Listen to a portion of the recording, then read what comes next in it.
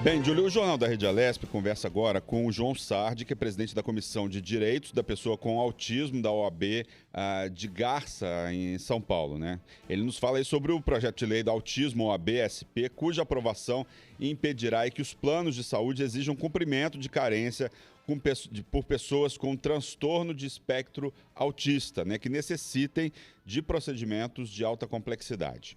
Boa tarde, doutor João. Bem-vindo ao Jornal da Rede Alesp. Tudo bem? Boa tarde, tudo bem? Perfeito. Doutor, então, começando a nossa conversa, contando para quem está ouvindo, vendo a gente, como surgiu, então, essa ideia aí na subseção de Garça, da OAB, sobre a construção desse projeto de lei? Na verdade, a partir de uma situação concreta, né? Eu ajuizei uma ação na comarca de Marília, porque havia sido negado atendimento de um procedimento de alta complexidade para uma criança que tinha autismo, e o plano havia negado porque o pai havia declarado ao plano de saúde que o filho tinha autismo, né, na lavratura do contrato. E o plano negou, dizendo que era uma doença pré-existente. Como o autismo não é uma doença, por lei, é definido como deficiência, e com o auxílio de uma professora da Universidade de Stanford, que me deu algumas declarações, nós conseguimos que o judiciário declarasse que, para fins de carência, o autismo é considerado deficiência e afastou a carência de 24 meses. A partir disso, entramos em contato com o deputado Sérgio Studa, do PV do Ceará, que é coordenador da Frente Parlamentar de Defesa do Autismo na Câmara dos Deputados, e ele se propôs a fazer um projeto de lei para ver se consegue abarcar todas as pessoas que têm autismo, né, possam se beneficiar dessa decisão. O senhor tem feito aí uma interlocução aqui na Alesp com a deputada Valéria Bolsonaro, né, do PSL, correto? Como é que estão, como estão as conversas para colocar o Legislativo Paulista também nessa rota aí do projeto de lei? Bom, a deputada Valéria Bolsonaro ela já apresentou o projeto, tá? É o projeto 670/2020, porque é o seguinte, a lei paulista, ela praticamente copiou a lei federal 12764. E lá previu que a criança, né, o aluno autista, incluído, né, no ensino regular, ele tem direito a um acompanhante especializado. Só que a lei em si, ela não define o que é um acompanhante especializado, ela fica no ar. E a maior parte das vezes o poder público tem designado estagiários para colocar no lugar desse acompanhante especializado. E como na cidade de Garça, eu ganhei uma ação contra o município de Garça, na qual a justiça determinou que fosse necessário um professor de educação especial ficar dentro da sala de aula, do lado da criança durante todo o período, entrei em contato com a assessoria da deputada Valéria Bolsonaro e ela se propôs e apresentou o projeto de lei, desde o dia 7 de novembro agora. Foi protocolado. Perfeito, vai mostrando o quanto essa interlocução, né, entre sociedade civil e legislativo vai fazendo com que leis sejam não só aprovadas, mas melhoradas, se assim eu posso dizer, ao longo dos anos. Mas esse projeto de lei que vocês construíram aí em Garça, ele está em âmbito nacional também, né? Eu queria que você falasse sobre ele, parece que tem um outro projeto também sendo construído. Tem mais dois protocolados já. Um é que a lei Berenice Piana, ela garante à pessoa com autismo ao acesso aos medicamentos. Ponto. Só que como a maior parte, como o autismo é uma deficiência, não doença, dificilmente tem prescrição em bula para autismo. Então, normalmente os planos de saúde alegam que não disponibilizam tais medicamentos porque não tem prescrição em bula. E como o STJ já decidiu que as medicações off-label têm que ser custeadas pelos planos de saúde, o deputado Sérgio Studa fez um projeto de lei, que é a 4759/2020, dizendo que para fins de medicamentos na lei 12764, também engloba-se as medicações de uso off-label, ou seja, sem prescrição em bula. E o outro é o projeto de lei 5.111, de 2020, na qual altera o Estatuto do Deficiente, isso aí já é mais amplo, né, para os deficientes. Por quê? Normalmente, quando se entra com uma ação judicial, em regra, os processos são públicos, tá? Então, os documentos ficam abertos ao público. Só que a relação médico-paciente é sigilosa. Se é sigiloso essa relação, por que os documentos que contenham detalhes relativos à deficiência da pessoa têm que ser públicos. Então, ele está fazendo um projeto de lei para que os processos judiciais que tramitam com documentos inerentes, que digam respeito à deficiência da pessoa, para que tramitem em segredo de justiça. Como é que está a mobilização das famílias, né, para a regulamentação desse projeto aqui no Estado, no governo, na Câmara Federal? Como é que estão se movimentando em relação a isso?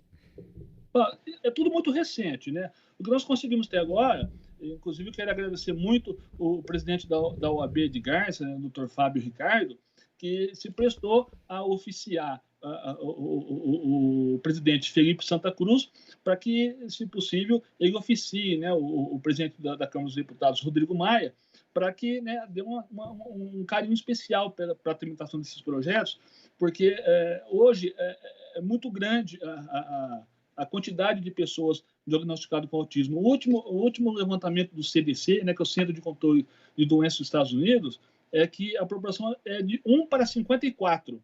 Então, é muita gente. Então, a gente aguarda aí que o projeto tramite nas comissões como deva, né, e seja aprovado pelo plenário, tanto, né, da Câmara como do Senado, e, se possível, né, o nosso presidente sancione a lei sem nenhum tipo de veto. E, doutor João, aqui na Lesp, a Lesp já foi palco de discussão também sobre o autismo. Ano passado tivemos o primeiro fórum de acessibilidade, foi uma iniciativa da deputada Damaris Moura, a doutora Damaris Moura. E eu gostaria que você falasse para a gente com relação às políticas públicas, né? Como é que você vê hoje não só o direito dos autistas, mas o direito da pessoa com deficiência, educação inclusiva? Qual que é a sua análise disso? Olha, a lei em si, né, no aspecto formal, ela é perfeita.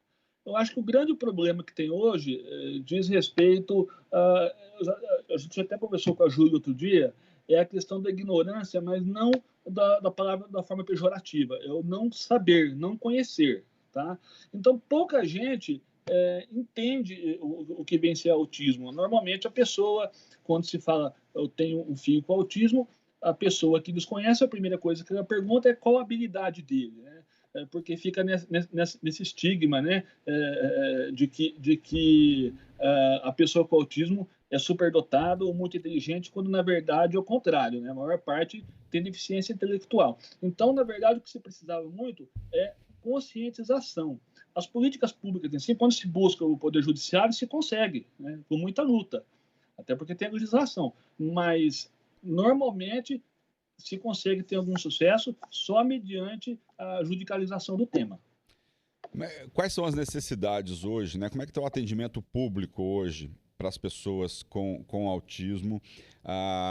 Quais são aí os pontos positivos e negativos desse atendimento público que o Estado fornece de uma maneira geral? Hoje o Estado, o SIG, tem feito a parte dele, né? Ele tem fornecido medicações até de alto custo, quando necessita de salas especiais, as crianças têm sido atendidas. A grande falha aí é na formação mesmo, né? Até porque o autista nenhum é igual ao outro, então as demandas são muito diferentes. E, no modo geral, a criança tem acesso a terapias, não tanto quanto necessário, mas, no modo geral, ele tem tido acesso. Necessita melhorar muito, é óbvio, né? Do jeito que está, ainda é muito pouco frente ao que é disponibilizado aos países mais desenvolvidos, mas já é um passo que está sendo dado aqui. E, doutor João, justamente então falando dessa inclusão, né? Para quem não sabe, no dia 2 de abril foi instituída pela Organização das Nações Unidas, a ONU, como o Dia Mundial de Conscientização do Autismo. Para falar, quando a gente está falando de criança e adolescente, essa inclusão nos meios sociais e principalmente na escola. Como que o senhor vê essa questão hoje, não só no estado de São Paulo, mas no país? A escola, né, eu acho que a parte de educação é o calcanhar de Aquiles para todo pai que tem criança com autismo, principalmente autismo grave, né?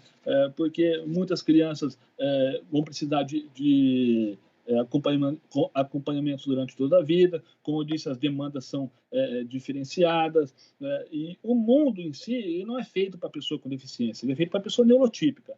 Então, é muito difícil conseguir adaptações para pessoas com autismo, porque, ao contrário de uma pessoa que é cadeirante, que pode se fazer rampa, né, ou uma pessoa que é deficiente visual, pode aprender em braille, é muito complexo a deficiência da pessoa com autismo. Não existe um autista igual ao outro. Então, tem que se estudar muito e levar muito a sério para que essas crianças tenham capacidade de chegar próximo da pessoa neurotípica.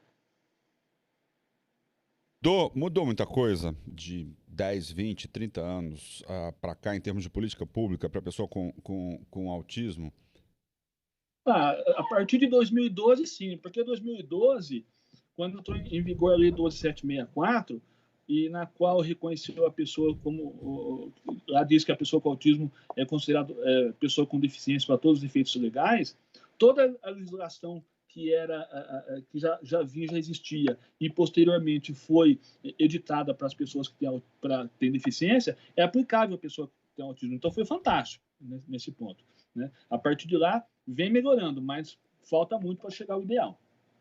Quando a gente fala, tudo bem quando uma família tem alguém com um espectro autista e tem a condição de levar essa criança, adolescente, em médicos particulares, é de um jeito. Quando a gente fala de famílias, que são a grande maioria no estado de São Paulo e também no Brasil, que precisam usar a rede pública, né? Como é que o SUS hoje conversa com essas famílias? Como o SUS auxilia, então, no tratamento do autismo? Então, a lei prevê o acesso da pessoa com autismo a todos os serviços multiprofissionais para atender as demandas, que inclui fono, terapeuta ocupacional, psicólogo, né?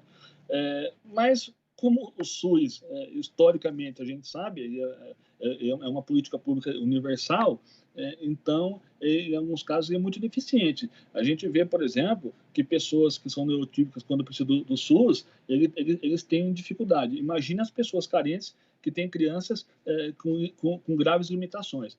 Eu acho que é o caminho, né? Mas tem que melhorar muito, ainda é muito deficiente. Muitos, como eu digo, acabam tendo que judicializar, porque se não for a mão do Poder Judiciário, dificilmente consegue uma terapia adequada para a criança poder ter um mínimo de desenvolvimento.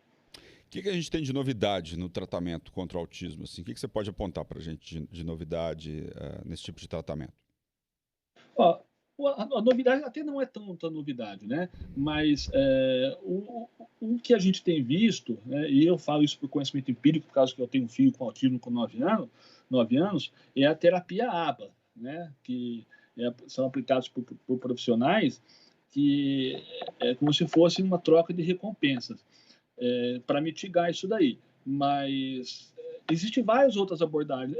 Algumas eu nem arrisco dizer, porque meu filho não chegou a ser aplicado, né? Mas musicoterapia ele faz terapia ocupacional, integração sensorial. Então, existe uma gama de terapias que é para cada necessidade ou cada limitação tentar ser mitigado. Então, tem bastante terapia disponível para que a criança com autismo possa procurar se desenvolver de forma adequada.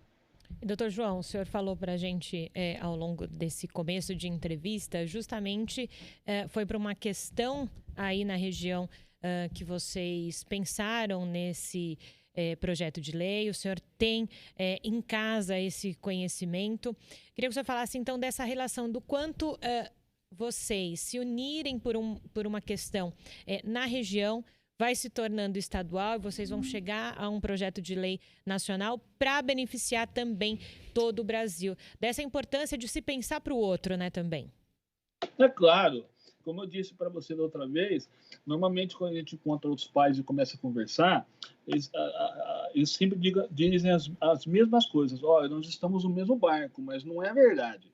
Nós estamos no mesmo oceano, tá? Só que enquanto alguns estão de jangada, outros estão de iate. Então, enquanto algumas crianças têm toda a terapia necessária e a chance de desenvolvimento, a pessoa mais carente, ele vai nadar e morrer na praia, né? Aí é a grande questão. O grande medo das mães que têm crianças com autismo grave, que depende de terceiros, vão depender de terceiros para o resto da vida. Quem vai ficar, quem vai cuidar. Não existe uma política pública ainda voltada para as demandas do idoso adulto, do autista idoso, quem vai ficar, e se ele tiver necessidade de terceira pessoa, um grande medo das mães de crianças com autismo grave é esse. Como é que é a luta dos pais, né? A gente está vendo aí a sua luta, mas como que hoje, né? Detalhe um pouco mais sobre essa luta dos pais hoje, em busca de tratamento, em busca das melhores condições para os seus filhos. Tá mais fácil hoje do que era antigamente? Detalhe um pouco mais para a gente, por favor. A luta é diária, vai desde buscar medicação, terapia, lutar contra bullying na escola. Meu filho sofreu bullying na escola, tive que processar a avó de aluno por bullying, sabe? Então, é uma luta diária, vai desde manhã até na hora de dormir. Há muitas limitações, porque a criança que tem autismo, ele normalmente tem rigidez de rotina, então é difícil a gente sair da rotina. Às vezes, no meu caso, por exemplo, meu filho pode, dependendo da situação, se irritar por causa que está numa rotina que não é dele. Ou seja, pais, pelo menos eu aqui e minha esposa, nós temos uma vida metódica e regida nos horários do meu filho. Pois é, e a gente vai mostrando aqui no Jornal da Rede Alesp a importância de se olhar também para essas pessoas que às vezes tanta coisa precisa ser feita na cidade, no país, né? E é importante que tenham pessoas como vocês que levam isso para frente, né, doutor João? Nós também conversávamos um pouquinho sobre que legado que fica dessas iniciativas. Tudo bem, o senhor tem um filho com autismo, claro que o senhor luta diariamente, como o senhor disse, para que ele tenha uma vida melhor e um futuro melhor, mas o senhor está estendendo isso também para as outras famílias. Imagino que o senhor também conheça muito do autismo no mundo, né, em outros países. O que as práticas de lá, de políticas públicas, podem ajudar nas práticas aqui no Brasil? Se fosse tão bom, fácil copiar, né, o que haveria em outros países. Temos, por exemplo, países europeus, Holanda, por exemplo, que existem vilas de acolhimento de pessoas com autismo adulto, que é toda vigiada, custeada pelo poder público, lá desde a década de 60, com profissionais disponibilizados, com psiquiatra, fonoaudiólogo, psicólogos e todos os outros profissionais. Mas eu não sei se aqui no Brasil a gente acaba conseguindo tudo isso aí, porque, como eu sempre digo, as pessoas não com autismo, né? A pessoa com deficiência em si, ele na verdade é invisível. Se não tiver alguém que dê voz para eles, né, e busque a melhoria de vida para eles, eles vão ficar estagnados e vão ficar condenados ao ostracismo, né? Sem reconhecimento e sem saber a pessoa, o neurotípico, ele não tem assim, só quem tem mesmo na família tem propriedade para dizer como que é difícil. Então, eu acredito que talvez a gente melhore a longo prazo, mas a curto prazo nós estamos indo em passo de formiguinha. Tá certo. Muito obrigado, João Sardi, presidente da Comissão de Direitos da Pessoa com Autismo, da OAB em Garça, aqui no interior de São Paulo. Muito obrigado pela sua participação. Eu que agradeço.